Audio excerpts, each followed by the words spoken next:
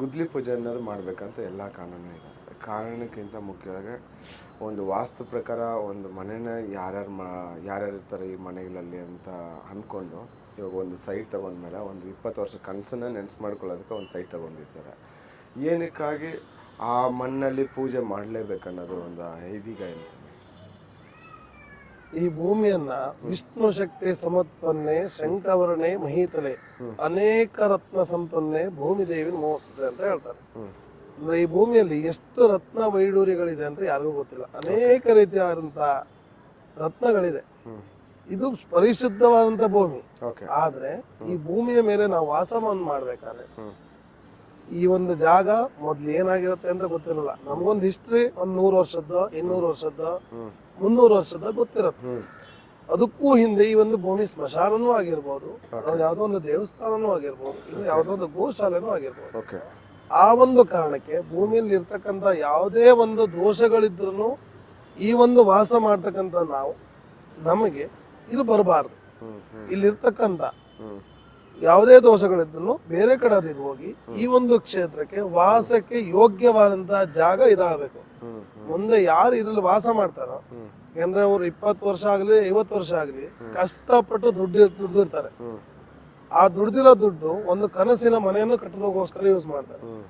ಆ ಕನಸಿನ ಮನೆಯಲ್ಲಿ ಮನೆ ಅನ್ನೋವಂತ ಆ ಒಂದು ಅಕ್ಷರದಲ್ಲೇ ಇದೆ.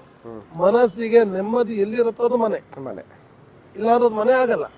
ಆ ಒಂದು ಮನೆಯಲ್ಲಿ ಮನಸ್ಸಿಗೆ ನೆಮ್ಮದಿ ಇರ್ಬೇಕು. ಆ ಮನೆಗೆ ಹೋಗ್ಬೇಕು ಅಂತ ನಮ್ಗೆ ಅನಿಸ್ಬೇಕು. ಆವಾಗ ದೈವ ಸಾನ್ನಿಧ್ಯ ಇರ್ಬೇಕು. ದೈವ ಸಾನ್ನಿಧ್ಯ ಇರ್ಬೇಕು ಅಂದ್ರೆ ಬೇರೆ ಕೆಟ್ಟ ಇದು ಯಾವ್ದಿದೆಯೋ ಎಲ್ಲವೂ ಈ ಒಂದು ಜಾಗದಿಂದ ಬೇರೆ ಜಾಗಕ್ಕೆ ಸ್ಥಳಾಂತರ ಆಗ್ಬೇಕು. ನಮ್ದು ಹೊಡೆಯೋದು ಬಡಿಯೋದು ಪದ್ಧತಿ ನಮ್ಮ ಒಂದು ಈ ಹಿಂದೂ ಶಾಸ್ತ್ರದಲ್ಲಿ ಇಲ್ಲ. ಅದು ಅನ್ಯತ್ರ ವಾಸಂ ಪರಿಕಲ್ಪಯಂತಿ ಅಂತ ಹೇಳ್ತಾರೆ. ಬೇರೆ ಒಂದು ವಾಸಕ್ಕೆ ಹೋಗಿ ಜಾಗಕ್ಕೆ ಹೋಗಿ ನೀ ಇಲ್ಲಿ ವಾಸ ಮಾಡೆವು, ಈ ಜಾಗಕ್ಕೆ ನಮಗೆ ವಾಸಕ್ಕೆ ಯೋಗ್ಯವಾದ ಜಾಗವನ್ನು ಮಾಡಿಕೊಡು. ಅದು ಒಂದು ಕಾರಣ. ಆದ್ರೆ ಇನ್ನೊಂದು ಕಾರಣ ಇದೆ. ಭೂಛೇದನ ದಾರುಚ್ಛೇದನ ಅಂತ ಹೇಳ್ತಾರೆ. ಅಂದ್ರೆ ಈ ಭೂಮಿಯನ್ನು ಅಗಿತಕ್ಕಂಥದ್ದು ಒಂದು ದೋಷ, ಕಲ್ಲನ್ನು ಹೊಡಿತಕ್ಕಂಥದ್ದು ಒಂದು ದೋಷ, ಮರವನ್ನ ಕಡಿತಕ್ಕಂಥದ್ದು ಒಂದು ದೋಷ. ಒಂದು ಜಾಗ ನಿರ್ಮಾಣ ಮಾಡ್ಬೇಕಂದ್ರೆ ಇದು ಮೂರನ್ನು ಮಾಡ್ಲೇಬೇಕಾಗತ್ತೆ. ಇದಾದ್ಮೇಲೆ ಗೃಹ ನಿರ್ಮಾಣ ಆದ್ಮೇಲೆ ಅದಕ್ಕೂ ಒಂದು ದೋಷನೇ. ಮನೆ ಕಟ್ಟೋದು ಒಂದು ದೋಷನೇ. ಆದ್ರೆ ಅದಕ್ಕೆ ಪರಿಹಾರ ಅಂತ ಕೊಟ್ಟಿದ್ದಾರೆ. ಇದಕ್ಕೂ ಈ ಭೂಮಿಯನ್ನ ಪೂಜೆ ಮಾಡೋದಕ್ಕೋಸ್ಕರ ಮೊದಲು ನಾವು ಏನ್ ಮಾಡ್ಕೊಂಡ್ವಿ, ಭೂವರಾಹ ಶಾಂತಿಯನ್ನು ಮಾಡ್ಕೊಂಡ್ವಿ. ಭೂಮಿಗೆ ಅಧಿಪತಿ ವರಾಹ, ಭೂವರಾಹ. ಅವನ ಒಂದು ಸಂಪೂರ್ಣ ಅನುಗ್ರಹ ಇರ್ಬೇಕು. ಇಲ್ಲಿ ಇರ್ತಕ್ಕಂತ ಈ ಒಂದು ಕೆಲಸ ಮಾಡೋರು ಇರ್ಬೋದು, ಅಥವಾ ಈ ಒಂದು ಮನೆ ಕಟ್ಬೇಕಾದ್ರೆ ನೀವೆಲ್ಲ ಇರ್ತೀರ, ನಿಮ್ಗಾಗ್ಲಿ ಅಥವಾ ಯಜಮಾನರಿಗಾಗ್ಲಿ ಯಾವುದೇ ರೀತಿಯ ತೊಂದರೆ ಆಗಬಾರ್ದು.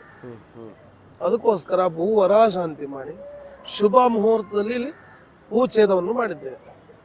ಭೂಮಿಯನ್ನು ಅಗದಿದ್ದೇವೆ. ಅಗದಾಗ ಅದು ದೋಷ ಅಂತಾನೆ ಪರಿಗಣನೆ ಆಗುತ್ತೆ. ಆ ಒಂದು ದೋಷಕ್ಕೋಸ್ಕರ ಅಲ್ಲಿ ಹಾಲು ಹಾಕಿ ಅಲ್ಲಿ ಒಂದು ಪೂಜೆ ಮಾಡಿ ಕ್ಷಮೆ ಕೇಳುವಂತದ್ದು.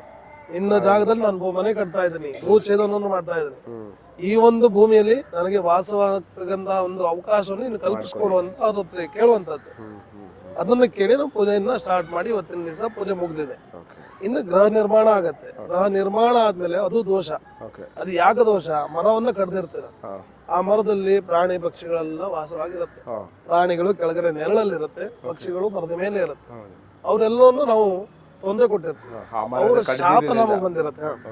ಈಗ ನಾವು ಕಡ್ದಿರಲ್ಲ, ಈಗ ನೀವು ಕಡ್ದಿರಲ್ಲ, ನಿಮ್ಮ ಯಜಮಾನ್ರು ಕಡ್ದಿರಲ್ಲ, ಆದ್ರೆ ಅದನ್ನ ದುಡ್ಡು ಕೊಟ್ಟು ನೀವು ಪರ್ಚೇಸ್ ಮಾಡ್ತೀವಿ. ಪರ್ಚೇಸ್ ಮಾಡಿದ್ರೆ ಅಂದ್ರೆ ಆ ದೋಷನು ಸೇರಿ ನೀವು ಪರ್ಚೇಸ್ ಮಾಡಿರ್ತೀರ. ಅದಕ್ಕೋಸ್ಕರ ರಾತ್ರಿ ವಾಸ್ತುರಾಕ್ಷೋಗ್ರ ಅಘೋರಾಸ ಸುದರ್ಶನ, ನೆಕ್ಸ್ಟ್ ಡೇ ಬೆಳಿಗ್ಗೆ ಪ್ರವೇಶ, ಇದೊಂದು ಮಾಡುವಂಥದ್ದು ಗೃಹ ಪ್ರವೇಶ ಟೈಮಲ್ಲಿ. ಅದಕ್ಕೋಸ್ಕರ ಶುಭ ಮುಹೂರ್ತ, ಶುಭ ಗಳಿಗೆ, ಶುಭ ದಿನ ನೋಡಿ ಆ ಒಂದು ಕ್ಷೇತ್ರದಲ್ಲಿ ಕಾರ್ಯವನ್ನು ಪ್ರಾರಂಭ ಮಾಡಿದ್ದಲ್ಲಿ ಯಾವುದೇ ರೀತಿಯಾಗಿರ್ತಕ್ಕಂಥ ವಿಘ್ನಗಳು ಬಾರದೆ ನಿರ್ವಿಘ್ನದಿಂದ ಗೃಹ ನಿರ್ಮಾಣ ಆಗತ್ತೆ ಅಂತ ಶಾಸ್ತ್ರ. ತುಂಬಾ ಸತ್ಯಾಸಂತ ಯಜಮಾನಸ್ಯ ಕಾಮ. ಈ ವಿಷಯಗಳನ್ನ ಎಲ್ಲರೂ ಹಂಚ್ಕೊಂಡ್ರೆ ಅದೇನಾಗುತ್ತೆ ಅಂದ್ರೆ ಒಂದು ಪಬ್ಲಿಸಿಟಿ ಆದ್ರೆ ಎಲ್ರಿಗೂ ಅದೊಂದು ಮನಸ್ಸಿಗೆ ಗೊತ್ತಿರ್ಬೇಕು ಯಾಕೆ ಪೂಜೆ ಮಾಡ್ತಾರೆ, ಏನಕ್ಕೋಸ್ಕರ ಮಾಡ್ತಾರೆ ಅಂತ. ತಿಳಿದು ಮಾಡಿದ್ದಲ್ಲಿ ಫಲ ಜಾಸ್ತಿ, ತಿಳಿದೇ ಮಾಡದಲ್ಲಿ ಫಲ ಇಲ್ಲ ಅಂತ ಶಾಸ್ತ್ರನೇ ಹೇಳುತ್ತೆ. ಆ ವಿಷಯ ಗೊತ್ತಾಗ್ಬೇಕಲ್ಲ. ಅದನ್ನ ಎಲ್ಲಾರು ಅನ್ಕೊಳ್ತಾರೆ ಒಂದು ಕರ್ಪೂರ ಊದಿನ ಕಡ್ಡಿ ಹಾಕ್ಬಿಟ್ರೆ ಆ ಮನೆ ನಿರ್ಮಾಣ ಮಾಡ್ಕೋಬಹುದು ಅಂತ. ಆದ್ರೆ ಆ ಪೂಜೆ ಪುನಸ್ಕಾರ ಏನಕ್ಕೆ ಮಾಡ್ಬೇಕನ್ನೋದು ಇವತ್ತು ಕ್ಲಾರಿಟಿ ಸಿಗ್ತದೆ. ಒಳ್ಳೇದಾಗಿ. Okay, thank you. ಮೈಕ್ ಅದು ಕೊಟ್ಟು ಹೋಗ್ತೀನಿ. ಇಲ್ಲ ಸರ್ ಅದು ಸ್ಟಾಪ್ ಆಗಿದೆಯಲ್ಲ ಗೊತ್ತಿಲ್ಲ ಕೊಡಬೇಕು